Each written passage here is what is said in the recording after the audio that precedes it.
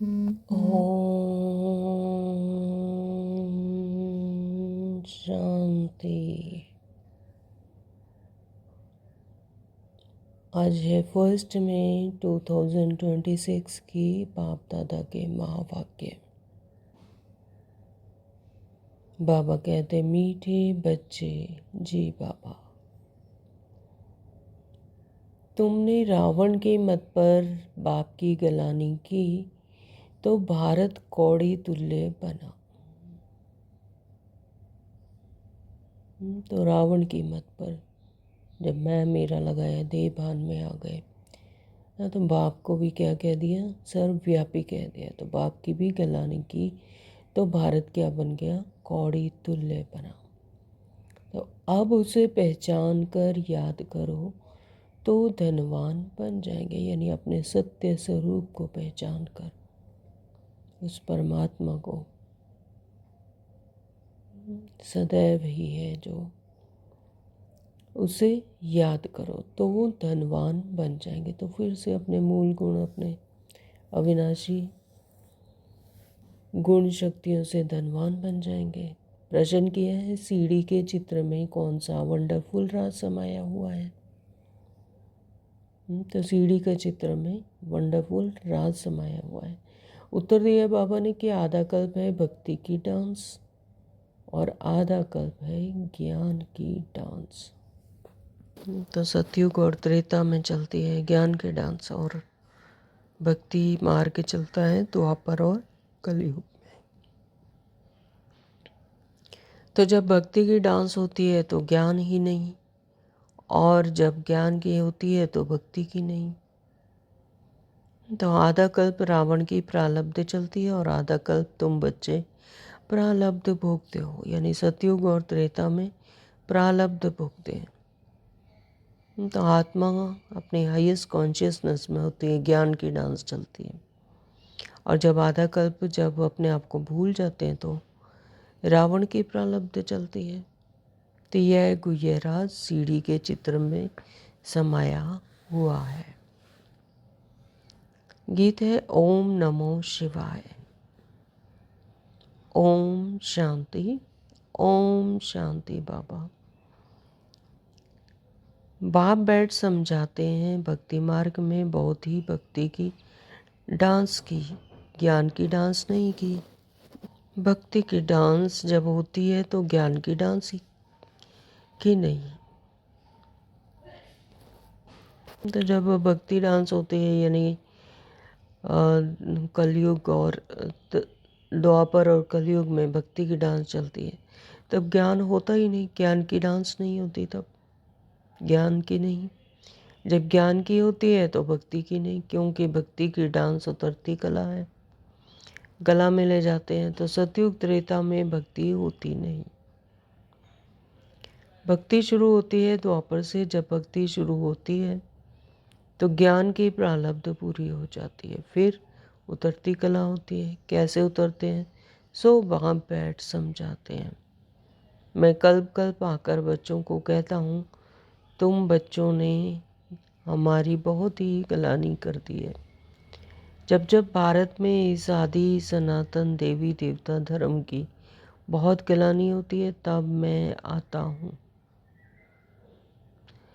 गलानी किसको कहा जाता है वह भी समझाते हैं। बाप कहते हैं मैं विकारी नरकवासी भारत को आकर कल्प कल्प स्वर्गवासी बनाता हूँ।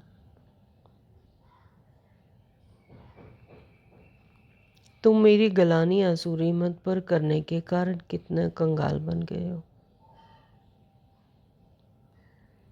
तो बाबा कहते हैं मुझे सर्वव्यापी कह देते हैं, गलानी करते हैं। आसुरी मत पर चलने के कारण कितनी कंगाल बन गए हैं।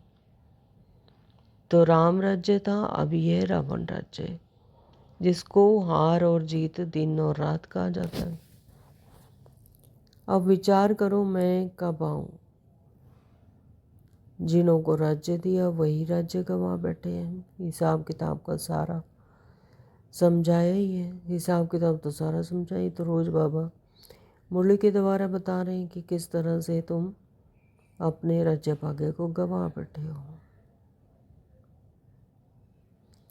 मैं आकर वर्षा देता हूँ, फिर रावण आकर तुमको श्रापित करते हैं, अपने आप को ही बुला देते हैं। तो देवान में आकर मैं मेरा लगाते हैं, हिसाब किताब बनाते हैं और ही नीचे गिरते जाते हैं, अपने लोअर कॉन्शियसनेस में चले जाते हैं। तो भारत को खास, दुनिया को आम। तो भारत को खास और बाकी दुनिया को आम, यानी नॉर्मल, और भारत स्पेशल। भारत की महिमा का किसी को भी पता नहीं है।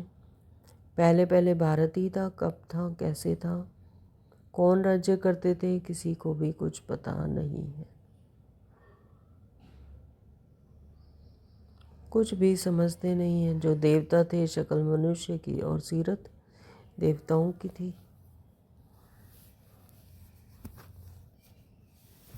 तो अब सूरत बल मनुष्य की है, सीरत आसुरी है। जब क्योंकि अपने आप को ही भूल गए, हाँ, तो रोल को ही अपना कह दिया, तो मैं मेरा लगाया और सीरत क्या हो गई, आसुरी हो गई।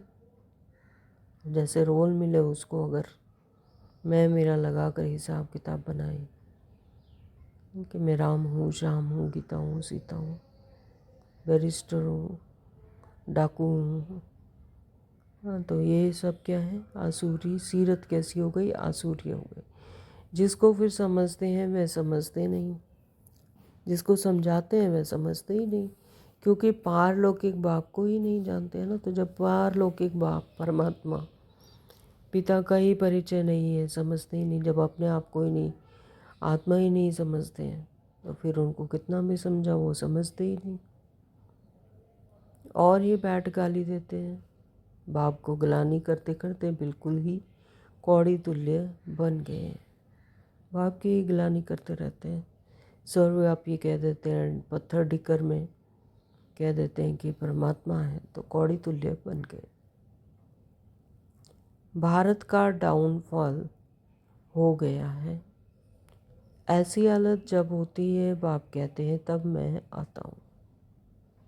तो बाबा के भी निबंध तभी है जब ऐसी हालत हो जाती है। कल भी बाबा ने कहा है ना, तो संगम युग पर जब त्राही माम हो जाती है, तब बाबा आते हैं, तब संगम युग शुरू होता है। अभी तुम बच्चों को सम्मुख समझा रहा हूँ, तो बाबा इस समय पर पूरे कल्प में हमारे सामने नहीं आते, लेकिन इस समय हमारे सम्मुख है। तो कल पहले भी ऐसे ही समझाया था, यह दैवीय संप्रदाय की स्थापना हो रही है। मनुष्य से देवता बन रहे हैं। तो मनुष्य यानी मन की मत पर चलने वाले, देवता यानी आत्मिक समृद्धि में रहने वाले, देने वाले। देना क्या है, सुख, शांति, आनंद, स्नेह, नम्रता, उत्साह, उमंग। मनुष्यों को यह भी पता नहीं है कि बाप कब आते हैं, तो देना भी नहीं है यहाँ पर। ऑटोमेटिकली जब सत्य स्वरूप में है तो ऑटोमेटिकली फ्लो हो रहा है। सुख और दुख से भी न्यारे, ये सुख है, ये दुख है, नहीं, अपने सत्य स्वरूप में। तो वो परमात्मिक दिव्यता, स्नेह अपने आप ही ऑटोमेटिकली फुलफिल हो रहा है, फ्लो हो रहा है। सतयुग त्रेता में तुम बड़ी खुशी में प्रारब्ध भोगते हो, फिर द्वापर से रावण को श्राप पाते हो। बिल्कुल ही ख़त्म हो जाते हैं संकल्पों की दुनिया को मैं मेरा लगा कर, संकल्पों को अपना बना लेते हो। फिर मकड़ी की तरह जाल बुनते जाते हैं, फिर अपने आप ही रावण का श्राप पाते पाते बिल्कुल ही ख़त्म हो जाते हैं। सतयुग त्रेता में तुम बड़ी खुशी की प्रारब्ध भोगते हो, क्योंकि वहाँ पर संकल्पों को मैं मेरा नहीं लगाते, है ना। तो आत्मा अपने देह भान से डिटैच होती है और अपने आप में आत्मिक समृद्धि में, अपने हाईएस्ट कॉन्शियसनेस में होती है, इसलिए खुशी होती है। तो एवर खुशी, ever happiness, ever healthy, ever prosperity. तो जैसे देवताएं प्रारब्ध भोगते भोगते त्रेता के अंत में ख़त्म हो जाते हैं, फिर रावण को आसुरी प्रारब्ध शुरू हो जाती, फिर रावण की प्रारब्ध शुरू हो जाती है, रावण के बन जाते हैं, अपने आप को भूल जाते हैं। तो भक्ति भी पहले अव्यभिचारी होती है, फिर व्यभिचारी होती है। पहले सिर्फ शिव की पूजा करते हैं, लिंग बनाते हैं बड़े बड़े और शिव की पूजा होती है, लेकिन फिर व्यभिचारी हो जाती है, फिर इष्ट देवी देवताओं की पूजा करने लगते हैं। तो अपनी ही पूजा करने लगते हैं, अपने ही चित्र और अपनी ही मूर्तियाँ बनाकर अपनी ही पूजा करने लगते हैं। गणेश बन जाते हैं, माताएं बन जाती हैं, हाँ, इस तरह से व्यभिचारी हो जाती है। तत्वों की पूजा होने लग जाती है, जल की पूजा, पेड़ पौधों की पूजा, सूर्य चांद की पूजा, है ना। तो इस तरह से क्योंकि उनमें भी थोड़ा सत्य उस समय तक रहता है, अभी तक भी है ना। पेड़ पेड़ नहीं कहता कि मेरे नीचे कोई इसको मैं छाया दूंगा, इसको नहीं दूंगा। कोई कैसे भी आत्मा, कैसा भी मनुष्य पेड़ के नीचे आता है तो उसको छाया मिलती है। जल नहीं कहता कि मैं राजा को मेरा जल जो है राजा पिए और रंक ना पिए, गरीब ना पिए, अमीर पिए, कोई भेदभाव नहीं। सूर्य नहीं कहता कि मैं इसको अपनी रोशनी दूंगा, इसको नहीं दूंगा। तो उनमें भी क्या है, सत्य है। तो इसलिए उनकी भी अव्यभिचारी, फिर व्यभिचारी। जब मनुष्य अपने आप को भूल जाता है, अपने मूल गुणों को भूल जाता है, तो इन तत्वों में जो सत्य रहा हुआ है तो उसमें ही अपना सुख, शांति, आनंद ढूंढता है। इसलिए उनकी पूजा करता है, उनको अपने से श्रेष्ठ मानता है। सीढ़ी ठीक बनी हुई है, हर एक चीज़ सतो प्रधान, सतो रजो तमो पत्ती है, खाद पड़ती जाती है। तुम बच्चों को समझाया तो बहुत अच्छी रीति जाता है, परंतु धारणा कम होती है, अपने सत्य स्वरूप में नहीं टिकते, अपने सत्य को भूल जाते हैं, परमात्मा को भूल जाते हैं, इसलिए धारणा कम होती है। कोई में समझाने का बिल्कुल अकल ही नहीं है। कोई अच्छे अच्छे अनुभवी हैं जिनकी धारणा बड़ी अच्छी होती है, नंबरवार तो होते हैं ना। तो स्टूडेंट्स एक समान नहीं होते, कुछ ना कुछ नंबर जरूर रखेंगे। कोई को भी समझाना है बहुत सहज, बाप कहते हैं मुझे याद करो, मैं तुम्हारा बेहद का बाप, सृष्टि का रचयिता हूँ, मुझे याद करने से ही बेहद का वर्षा मिलेगा। अपने सत्य स्वरूप में है तो परमात्मा याद है ही। इंडिपेंडेंट आत्मा, कोई डिपेंडेंसी नहीं, जो कुछ भी हो रहा है ना, तो वो ये कर्ता भान का भान ना हो कि मैं कर रहा हूँ, मैं करण करावनहार करवा रहा है। मैं तुम्हारा बेहद का बाप, सृष्टि का रचयिता हूँ, मुझे याद करने से ही तुमको बेहद का वर्षा मिलेगा। याद से ही खाद निकलेगी। खाद क्या निकलेगी, मैं और मेरापन की, देहभान की, देह अभिमान की, ये खाद निकलेगी याद से। अपने सत्य स्वरूप में आएंगे, अपने खालिस शरीर, अपने खालिस पने में, सत्य स्वरूप में, खालिस स्वरूप में आएंगे कि मैं आत्मा हूँ, बिंदु स्वरूप। तो सिर्फ यह समझाओ कि तुम भारतवासी सतयुग में सतो प्रधान थे, अभी कलयुग में तमो प्रधान बने हो। आत्मा में खाद पड़ती है, पवित्र होने बगैर कोई वहाँ जा नहीं सकते। कहाँ? अपने सत्य घर में, फिर सतयुग में, नई दुनिया में है ही सतो प्रधान। कपड़ा नया है तो कहेंगे सतो प्रधान, फिर पुराना तो तमो प्रधान हो जाता है। कपड़ा क्या है? शरीर, आत्मा जो धारण करती है, तो हर अपने जन्म नए शरीर धारण करती है, नया कपड़ा धारण करती है।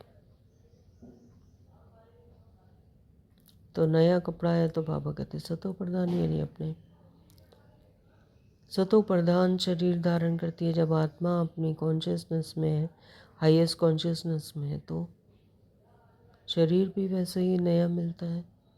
फिर पुराना तमो प्रधान हो जाता है। तो जैसी आत्मा पतित हो जाती है, काली हो जाती है, तो शरीर भी कैसा मिलता है? तमो प्रधान। तो अभी सबका कपड़ा फटने लायक है।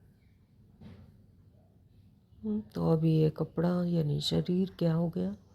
फटने लायक हो गया। तो यह जड़ जड़ी भूत अवस्था में पाए हुए हैं। तो अभी ये क्या है? आत्मा क्योंकि पतित है, इसलिए तो शरीर भी क्या हो गए? जड़ जड़ी भूत अवस्था को पाए हुए हैं। तो आत्मा की जब जागृति आती है, सत्य स्वरूप में आती है, आत्मा अपने सत्य में टिकती है, देह भान से डिटैच होती है, तो फिर से नया शरीर, नया दुनिया में जाती है। तो जो विश्व के मालिक थे वही बिल्कुल गरीब बने, फिर उनको ही साहूकार बनना है। तो इन बातों को मनुष्य नहीं जानते। मनुष्य यानी मन की मत पर चलते हैं, अपने देह भान में अपने देह को ही मैं मेरा लगा कर उसे अपना मान लेते हैं।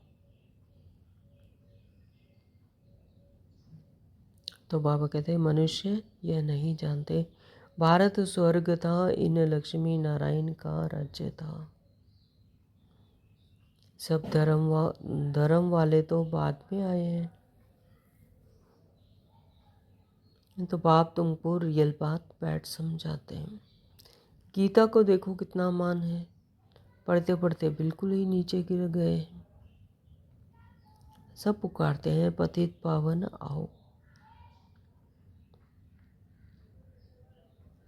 हम भ्रष्टाचारी बन गए हैं, सदगति तो भगवान ही दे सकते हैं।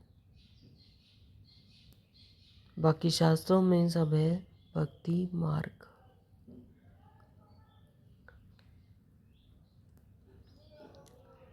शास्त्रों में मनुष्य ने बनाए है ना, भक्ति मार्ग में बने। तो जैसे मन की मत पर चलते थे, वैसे ही उन्होंने शास्त्र बना डाले। तो कल परसों भी बाबा ने कहा कि जो शास्त्र हैं वो, उसमें जो सत्य है वो आटे में नमक मिसल है ना, तो पूरा सत्य नहीं, सिंबॉलिकल है। हम बाबा के ज्ञान से देवता बनते हैं। अब सारी दुनिया से वैराग्य है। तो ये क्या है? संकल्पों की दुनिया है। तो अब इन संकल्पों से भी उपराम, इसे भी मिनिमाइज करना, सारे देह की दुनिया, देह भान से डिटैच। अब सारी दुनिया से वैराग्य है। सन्यासी भी भक्ति करते हैं, गंगा स्नान आदि करते हैं ना, भक्ति भी सतो प्रधान, फिर रजोतमो होती है। यह भी ऐसे है। आधा कल्प ब्रह्मा का दिन और आधा कल्प है रात। तो ब्रह्मा जब अज्ञानता है तो रात है, यानी द्वापर और कलयुग क्या है? जब अपने आप को आत्मा भूल जाती है, मूल गुणों को भूल गई, तो रात हो गई, आधा कल्प रात है। और सतो प्रधान जब होती है, जब अपने आत्मिक समृद्धि में होती है, अपने सत्य स्वरूप में होती है, देहभान से उपराम होती है, तो आधा कल्प ब्रह्मा का दिन है, यानी सतयुग और त्रेता। तो ब्रह्मा के साथ जरूर ब्राह्मणों का भी होगा, ब्रह्मा के साथ जरूर ब्राह्मणों का भी होगा। तो ब्रह्मा की रात और ब्रह्मा की दिन गाए हुए हैं, तो वो ब्राह्मणों का भी है। तो तुम अभी दिन में जाते हो, भक्ति की रात पूरी होती है। भक्ति में तो बहुत दुख है, उनको को रात कहा जाता है। अंधेरे में धक्के खाते रहते हैं भगवान से मिलने के लिए। 63 जन्मों से धक्के खाते आए, भगवान को ढूंढ रहे हैं, भगवान को मिलने के लिए तरस रहे हैं। तो भक्ति मार्ग में सद्गति देने वाला कोई होता नहीं। भक्ति मार्ग में है ही सभी मनुष्य मन की मत पर चलने वाले, रावण राज्य में है ना, देह और देह में फंसे हुए, देह के भान में फंसे हुए। तो फिर सद्गति दे कौन? तो सद्गति देने वाला कोई होता नहीं। तुम्हारे सिवा कोई भी यथार्थ रीति भगवान को नहीं जानते हैं। तो जब परमात्मा पिता हमें जागृति दिलाते हैं कि हम आत्मा हैं, हाँ, तो अपने सत्य स्वरूप में टिक कर फिर बाबा यथार्थ रीति भगवान को जानते हैं। तो यहाँ पर बाबा हमें परिचय देते हैं, पर श्रीमत देते हैं, तब हम भगवान को जानते हैं। आत्मा भी बिंदी और परमात्मा भी बिंदी है। तो यह बात कोई भी समझ ना सके। आत्मा भी बिंदी है और परमात्मा भी बिंदी है, उसका कोई आकार है ही नहीं। मन बुद्धि संस्कार वो भी शरीर में जब आते हैं तब वही मर्ज होते हैं। आत्मा तो क्या है? बिंदी, साइलेंस। यह बात कोई भी समझ ना सके।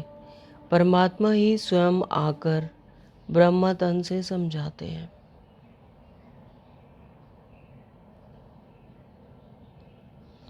उन्होंने फिर भागीरथ बैल के रूप में दिखाया है। अब बैल की तो कोई बात ही नहीं, तो भागीरथ दिखा दिया शिव का, बैल के रूप में सवारी दिखा दी बैल के ऊपर, हाँ, जबकि वो ब्रह्मा के तन का आधार लिया शिव बाबा ने हम आत्माओं को ज्ञान देने के लिए। तो बैल की तो यहाँ पर कोई बात ही नहीं। बाप सब बातें अच्छी रीति समझाते हैं, परंतु किसी की बुद्धि में पूरी रीति बैठता ही नहीं।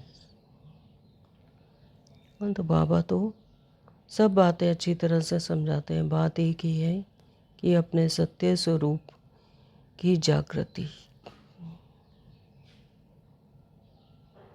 परंतु किसी की बुद्धि में पूरी रीति बैठती नहीं। सत्य सभी का एक ही है, आत्मा है।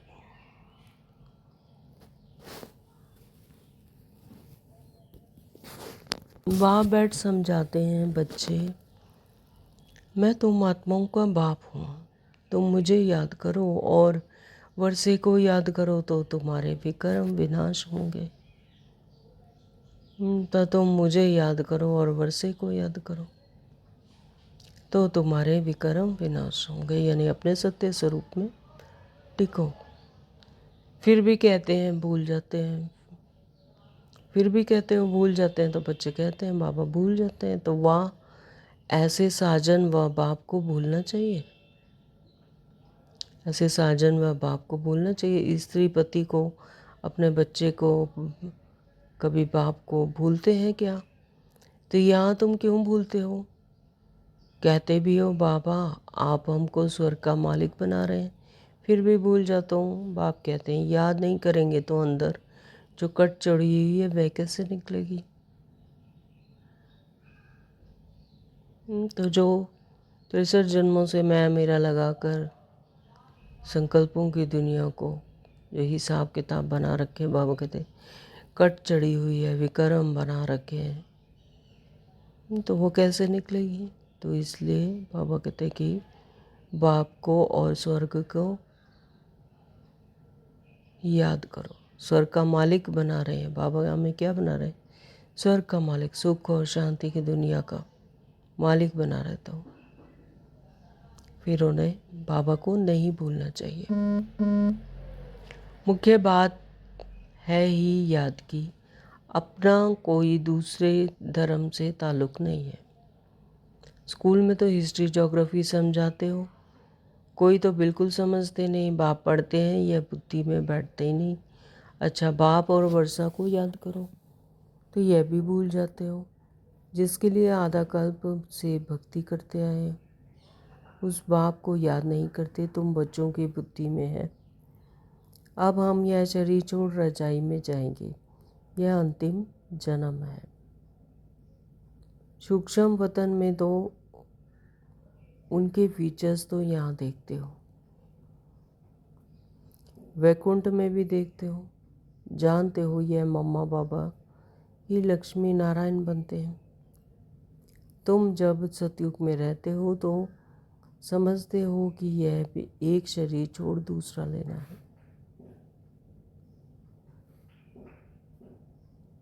तो यहाँ पर जब सतयुग में रहते हो तो समझते हो कि यह शरीर छोड़ दूसरा लेना है। यानी आत्मा को अपनी पूरी जागृति होती है। आत्मा अविनाशी है, उसे पता होता है। तो शरीर क्या है? आत्मा का वस्त्र है। तो एक वस्त्र छोड़ फिर दूसरा धारण कर लेती है।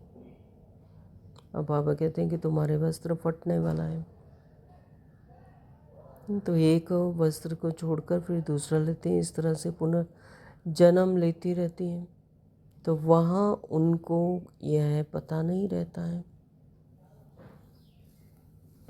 क्या नहीं पता रहता है कि सतयुग के बाद त्रेता आएगा, फिर द्वापर आएगा, हम उतरते जाएंगे। उतरती कला का नहीं पता होता। कोई भी मूवी देख रहे हैं लेकिन उसका पहले ही सारा कुछ उसका एसेंस बता दो, उसका पूरी लास्ट के सीन उसके सामने पहले ही बता दो, तो देखने वाले को क्या इंटरेस्ट रहेगा? नहीं रहेगा। तो इसी तरह से इस सृष्टि चक्कर पर जब आते हैं तो ये सारा जो खेल है वो विस्मृत हो जाता है। ये सतयुग आता है, त्रेता आता है, द्वापर आता है, फिर हमारी उतरती कला हो जाती है, हम लोअर कॉन्शियसनेस में आ जाते हैं। तो यह सब ज्ञान वहाँ पर नहीं होता, यह पता नहीं रहता, ज्ञान की बात नहीं रहती है। पुनर्जन्म लेते रहते हैं, वहाँ आत्म अभिमानी रहते हैं, वहाँ आत्म अभिमानी हो रहते हैं, अपने सत्य स्वरूप में रहते हैं। फिर आत्म अभिमानी में देह अभिमानी बन जाते हैं। तो द्वापर युग से जब अपने आप को देह मान लेते हैं, अपने आप को भूल जाते हैं, अपने मूल गुणों को भूल जाते हैं,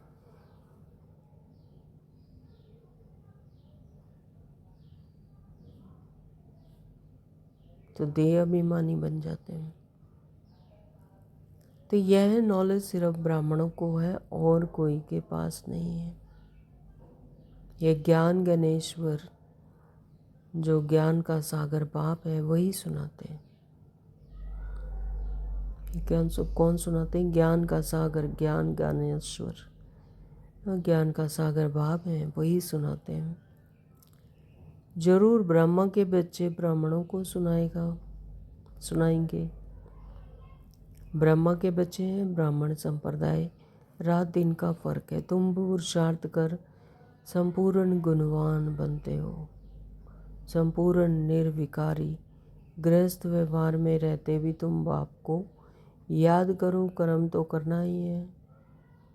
बुद्धि का योग बाप के साथ लगा रहे।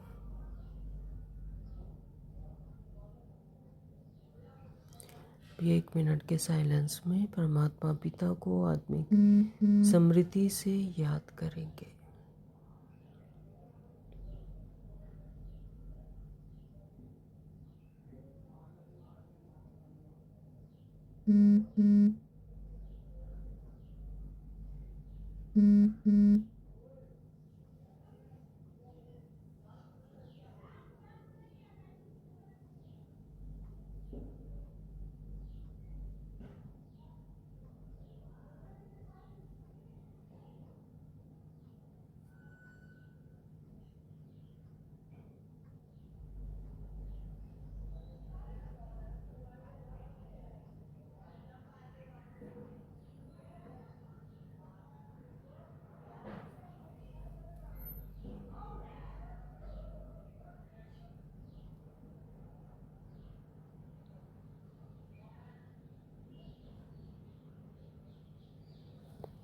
ओम शांति।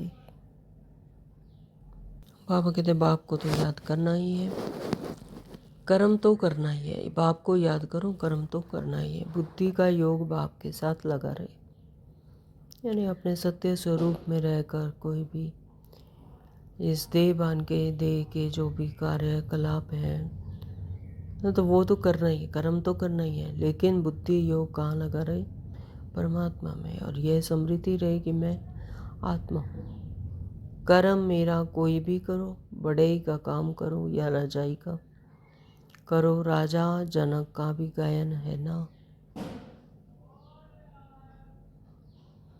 रजाई करते रहो परंतु बुद्धि को योग बाप के साथ लगाओ तो वर्षा मिल जाएगा। तो इस स्थूल दुनिया में कैसा भी कार्य करते रहो, आकारी दुनिया में कैसा भी कार्य करते रहो, लेकिन बुद्धि योग परमात्मा की तरफ अपने सत्य स्वरूप में।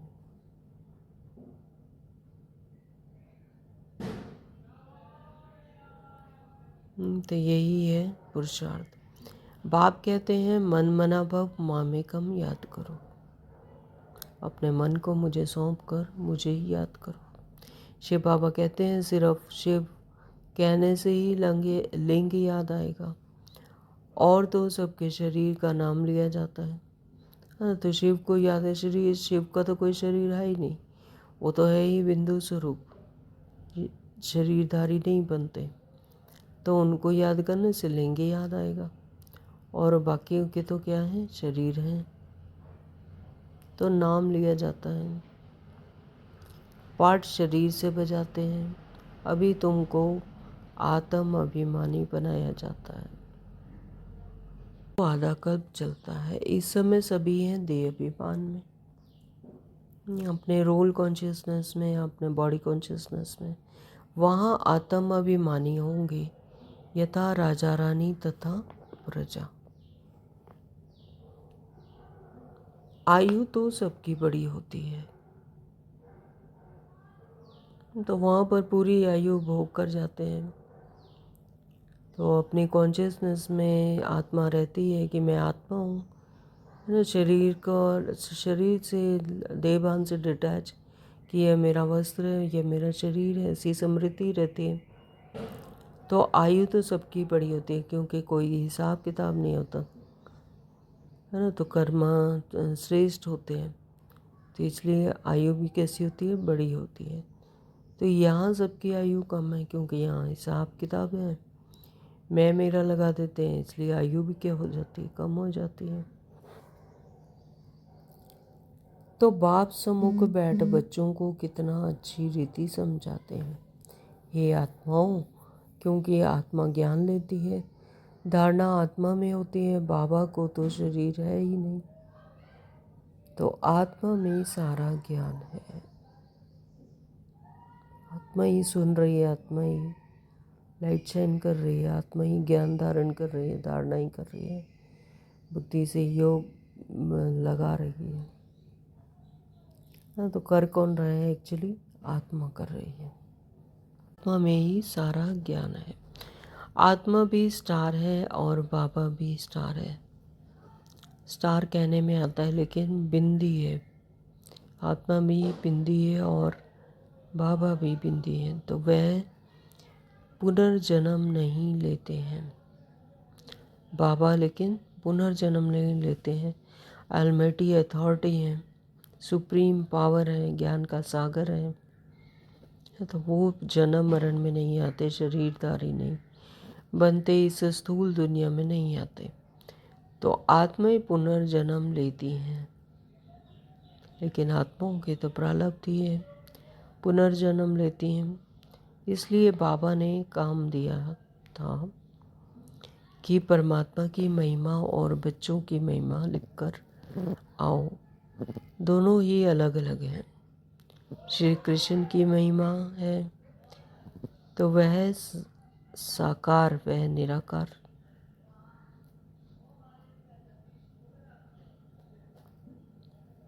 इतना गुणवान किसने बनाया? जरूर कहेंगे परमात्मा ने बनाया।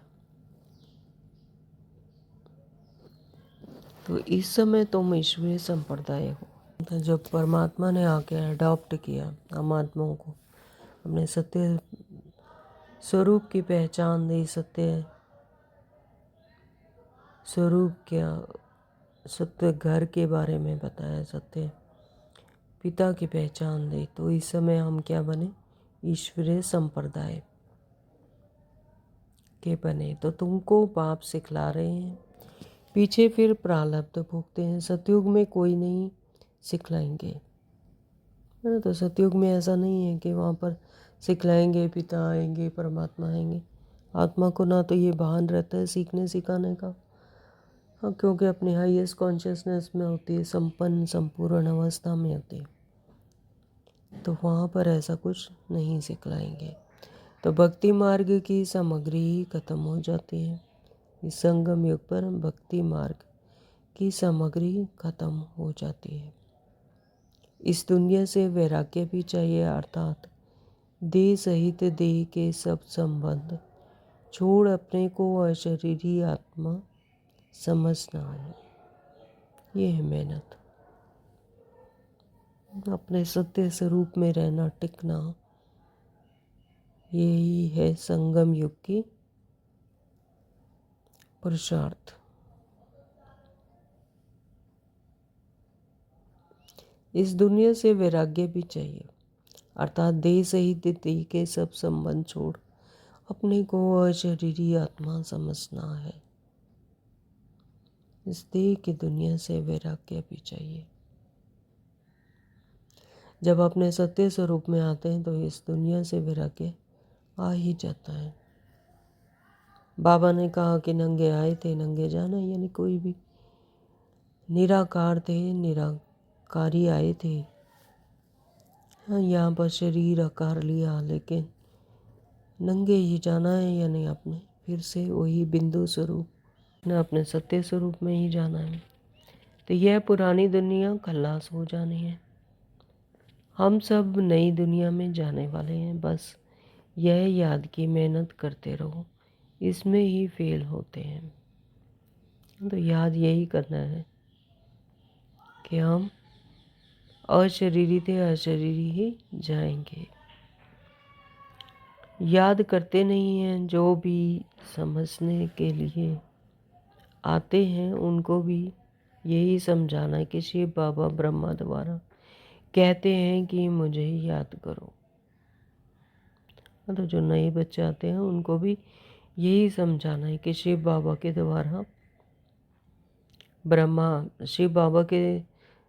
शिव बाबा ब्रह्मा के द्वारा कहते हैं कि मुझे याद करो। तो वो याद से तुम्हारी खाद निकल जाएगी, यानी मैं और मैंपन की, मेरापन, मैं मेरा निकल जाएगा और अपने सत्य स्वरूप की पहचान, परिचय याद आ जाएगी। तो तुम विष्णुपुरी के मालिक बन जाएंगे। विष्णुपुरी ही स्वर्गपुरी है। तो जितना हो सके बाप को याद करो। जिस बाप को आधा कल्प याद किया है, अब वह सम्मुख आए हैं।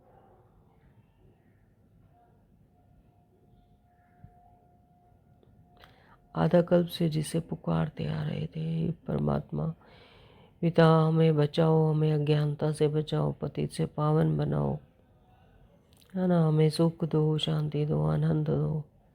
तो अब बाबा वो सम्मुख आए हैं, कहते हैं मुझे याद करो। उनको कोई भी जानते नहीं, खुद ही आकर अपना परिचय देते हैं। मैं जो हूँ, जैसा हूँ, ऐसा कोई विरले जानते हैं।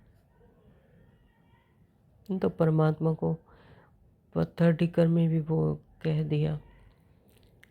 तो परमात्मा कहते कि मैं जो हूँ, जैसा हूँ, तो उसको कोई विरले जानते हो नहीं। वो कॉन्शियसनेस जगाना।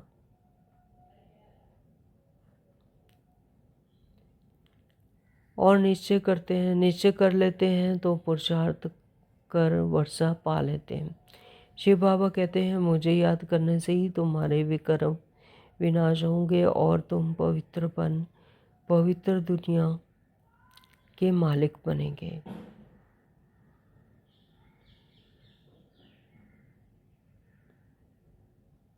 विकार कोई भी नहीं करना है, यानी विकर्म कोई भी नहीं करना। विकर्म नहीं करना है यानी इस देह को मैं मेरा नहीं लगाना। देह और देह के क्रियाकलापों को मैं मेरा नहीं लगाना।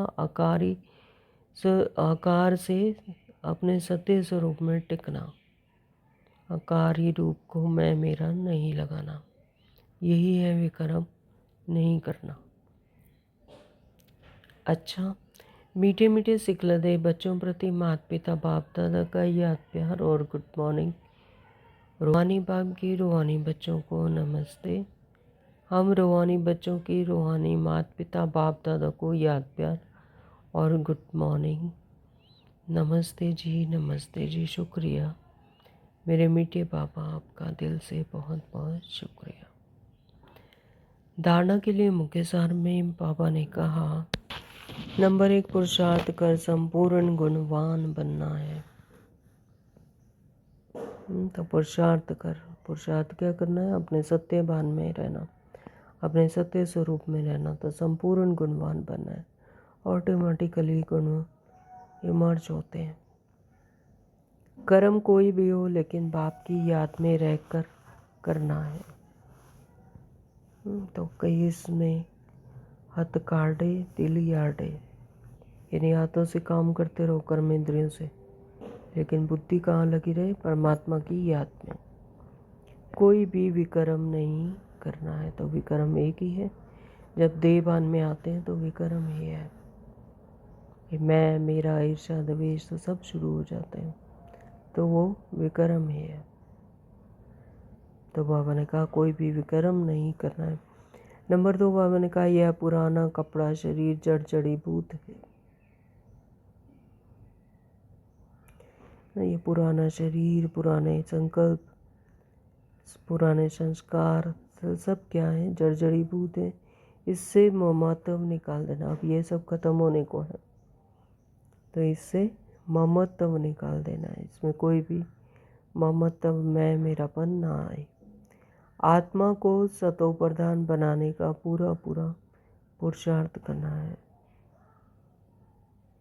आत्मा अपने जब सत्य स्वरूप में होती है तो पूरा पुरुषार्थ है ही।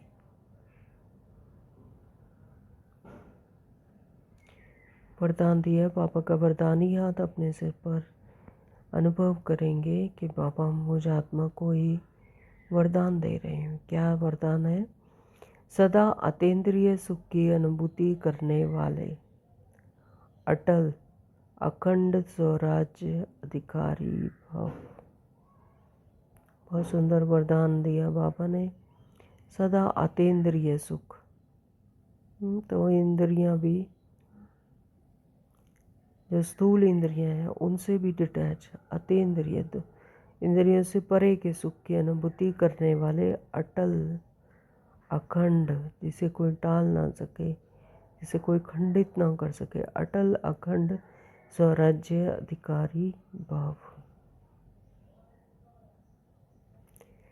जो बच्चे संगम युग पर अतीन्द्रिय सुख का वर्षा सदा काल के लिए प्राप्त करते हैं, अर्थात जिनका पाप के विल पर पूरा अधिकार होता है, स्थूल दुनिया में भी जो बच्चा माता पिता के कहने सुनने में होता है तो उस पर वो भी प्यार लौटाते, माता पिता भी पूरा विल कर देते हैं। तो जिनका बाप के विल पर पूरा अधिकार होता है वे विल पावर वाले होते हैं। उन्हें अटूट अटल अतीन्द्रिय सुख की अनुभूति होती है। ऐसे वारिस अर्थात संपूर्ण वर्षे के अधिकारी ही भविष्य में अटल अखंड स्वराज्य के अधिकार प्राप्त करते हैं। तो बाबा कहते तुम्हें उन्हें अटूट अटल अतीन्द्रिय सुख की जिन्हें होती है, तो ऐसे वारिस संपूर्ण वर्षे के अधिकारी ही भविष्य में अटल अखंड स्वराज्य, यानी अपने इंद्रियों पर पूरा कंट्रोल, कि इंद्रियां जहाँ पर एक्टिवेट ही नहीं होती, ऐसे अपने सत्य स्वरूप में रहने वाली आत्माएं जो अतीन्द्रिय सुख की अनुभूति जिनको होती है। तो बाबा कहते हैं ऐसे वारिस फिर अर्थात संपूर्ण वर्षे के अधिकारी ही भविष्य में अटल अखंड स्वराज्य का अधिकार प्राप्त करते हैं। स्लोगन दिया है, जहाँ मेरापन आता है वहाँ बुद्धि का फेरा हो जाता है।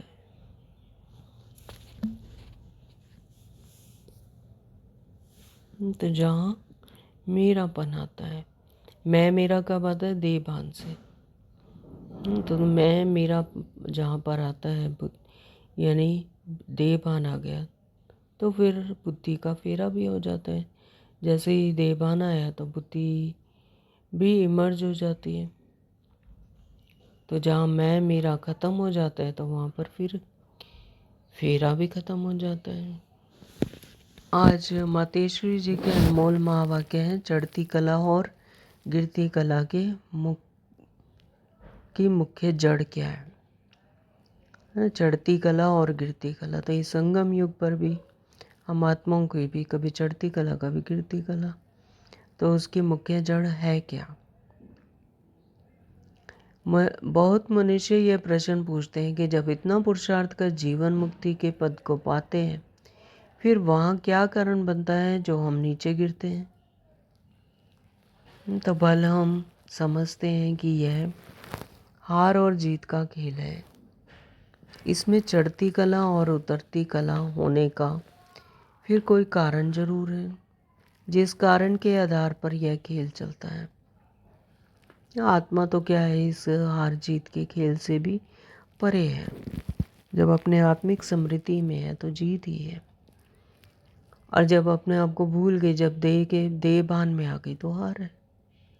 जब अपने सत्य को भूल गई तो हार है। तो इस हार जीत के खेल से भी परे की स्थिति वो है आत्मिक सत्य स्वरूप। तो जिस कारण के आधार पर यह खेल चलता है, बाबा बच्चे पूछ रहे हैं कि क्यों फिर चढ़ती कला होती है, फिर क्यों उतरती कला होती है। तो जैसे पुरुषार्थ से हम चढ़ रहे हैं, वैसे गिरने का भी कारण जरूर है।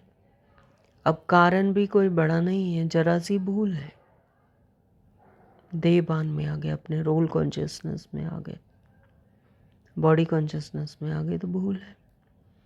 जैसे परमात्मा कहता है मुझे याद करो तो मैं तुमको जीवन मुक्ति पद दूंगा, वैसे ही जब बॉडी कॉन्शियसनेस हो तो परमात्मा को भूलते हैं तो गिरते हैं।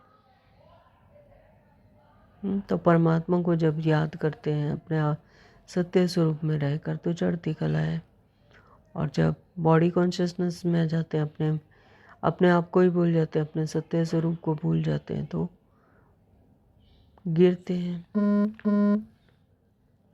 फिर वाम मार्ग में चले जाते हैं, उतरती कला में। तो फिर 5 विकारों में फंसने से दुख उठाते हैं। तो यह हुआ अपना दोष, ना कि रचता का दोष है। तो जो बच्चे पूछ रहे हैं कि पहले चढ़ती कला होती है फिर उतरती क्यों हो जाती है, तो बाबा कहते हैं ये है अपना दोष, यानी आत्मा का दोष है। रचता परमात्मा का कोई दोष नहीं। तो जो लोग कहते हैं दुख सुख परमात्मा ही देता है, तो यह कहना भी बिल्कुल रॉन्ग है। बिल्कुल सुख रचता बाबा सुख रचता है, ना कि दुख रचता। बाबा तो सुख की दुनिया, संपन्नता, संपूर्णता है ना, अपने सत्य की पहचान देकर सुख की रचना करते हैं, लेकिन दुख की रचना नहीं करते। बाकी हम श्रेष्ठ कर्म से सुख उठाते हैं और भ्रष्ट कर्म से दुख भोगते हैं। जब देह भान में आ जाते हैं, मैं मेरा लगाते हैं, ईर्ष्या द्वेष, 5 विकार, काम क्रोध लोभ मोह अहंकार सब भागते हैं, तो भ्रष्ट कर्म करने लगते हैं, तो फिर दुख भोगते हैं। बाकी अच्छे कर्म का फल और बुरे कर्मों का दंड परमात्मा द्वारा अवश्य मिलता है। तो ये तो भक्ति मार्ग में भी कहते आए कि अच्छे कर्म का अच्छा फल मिलता है और बुरे कर्मों का बुरा फल मिलता है, यानी दंड मिलता है। परंतु ऐसे नहीं कहेंगे कि सुख दुख दोनों परमात्मा देता है, नहीं।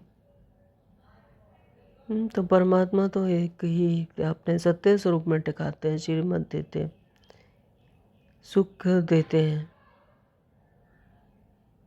लेकिन कह देते हैं कि सुख भी तेरा दुख भी तेरा, यानी परमात्मा ही दे रहे हैं। बाबा कहते हैं नहीं, परमात्मा तो चढ़ती कला में हमारे साथ हैं। तो अपने सत्य स्वरूप में तो परमात्मा साथ है ही, और चढ़ती कला है। अपने सत्य स्वरूप में रहेंगे तो चढ़ती कला ही है, बाकी गिराने वाली है माया। जैसी देवान आया, मैं मेरा लगाया कि मैं राम हूँ, श्याम हूँ, टीचर हूँ, डॉक्टर हूँ, बैरिस्टर हूँ, तो फिर अवस्था गिरती जाती है, यानी माया का ओवरटेक होता है। बाकी गिराने वाली माया है। कॉमन रीति में भी कोई साथ अथवा मदद लेते हैं सुख के लिए,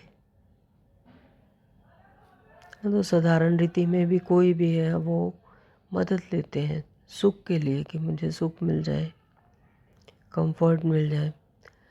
बाकी दुख उठाने के लिए कोई किसी का साथ नहीं लेते। बाकी तो जैसा तैसा कर्म, वैसा वैसा फल जरूर, फल की रिजल्ट, जैसा कर्म होगा वैसा ही उसका फल मिलेगा।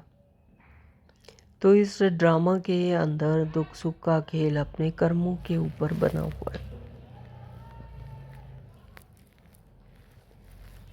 तो ये ड्रामा के अंदर ये रोल चल रहा है, स्क्रिप्ट चल रही है।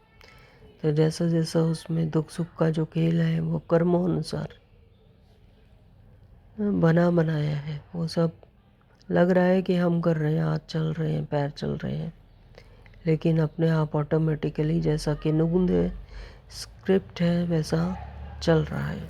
परंतु तुच्छ बुद्धि मनुष्य इस राज को नहीं जानते, यानी अपने आप को ही जो भूले बैठे, जो देह को ही मैं मेरा लगा कर बैठे हुए हैं, तो वो इस राज को नहीं जानते। अच्छा, ओम शांति, ओम शांति। तो आज के अव्यक्त इशारे हैं, सदा अचल अडोल एक रस स्थिति का अनुभव करो। फर्स्ट में है, नया टाइटल शुरू हुआ है, सदा अचल अडोल एक रस स्थिति का अनुभव करो। समय प्रमाण अब सदा अचल अडोल सर्व खजानों से संपन्न रहो। तो अभी समय प्रमाण क्या है, किस चीज़ की आवश्यकता है, कि अपने आप अपने सत्य स्वरूप में अचल अडोल सर्व खजानों से संपन्न रहो। थोड़ा भी डगमग हुए तो सर्व खजानों का अनुभव नहीं होगा। तो जैसे ही अपने देहभान में आए, देहभान के क्रियाकलापों में फंसे, तो फिर खजानों का अनुभव नहीं होगा, सर्व खजानों का अनुभव नहीं होगा। सर्व खजाने क्या है, समय का खजाना, ज्ञान का खजाना, संकल्पों का खजाना, गुणों का खजाना, शक्तियों का खजाना, वरदानों का खजाना, फिर दुआओं का खजाना, पुण्य का खजाना, फिर आता है खुशी का खजाना। तो ये हमारे खजाने हैं। तो बाबा कहते सर्व खजानों का फिर अनुभव नहीं होगा अगर डगमग होते रहे तो बाप द्वारा मिले हुए खजानों को सदा कायम रखने का साधन है सदा अचल अडोल रहना, यानी अपने सत्य में रहना, सत्य स्वरूप में रहना। तब होंगे अचल अडोल, तब सर्व खजाने भी सदा कायम रहेंगे। अचल रहने से सदा ही खुशी की अनुभूति होती रहेगी। तो जितना अचल रहेंगे, जितना सत्य स्वरूप में रहेंगे, उतना ही क्या होगी, खुशी की अनुभूति होगी। जैसे विनाशी धन, नाम, मान, शान, कुर्सी आदि मिलती है तो खुशी मिलती है, होती है। जब यहाँ पर स्थूल दुनिया में विनाशी धन मिलता है, नाम मिलता है, मान मिलता है, शान मिलती, कुर्सी मिलती है, तो फिर क्या होती है, खुशी होती है। तो यह तो अविनाशी खुशी है। यह क्या है, अविनाशी खुशी। इसमें ये इसका तो विनाश नहीं होता, वो तो विनाशी है, फिर भी ख़त्म हो जाएगी, लेकिन अविनाशी खुशी है। लेकिन यह खुशी उसे रहेगी जो अचल अडोल एक रस स्थिति में रहेंगे, यानी अपने सत्य स्वरूप में रहेंगे, अचल अडोल, इस देह और देह की दुनिया से उपराम। ओम शांति। तो आज सारा दिन अपने सर्व खजानों के अनुभव में रहेंगे, सत्य स्वरूप में रहेंगे और सर्व खजाने इमर्ज रूप में रहेंगे। इस पर ही विशेष अटेंशन देना है। तो खुशी का पारा चढ़ा रहे, अविनाशी खुशी सदा इमर्ज रहे, अचल अडोल एक रस स्थिति में रहेंगे। ओम शांति। Thank you Baba.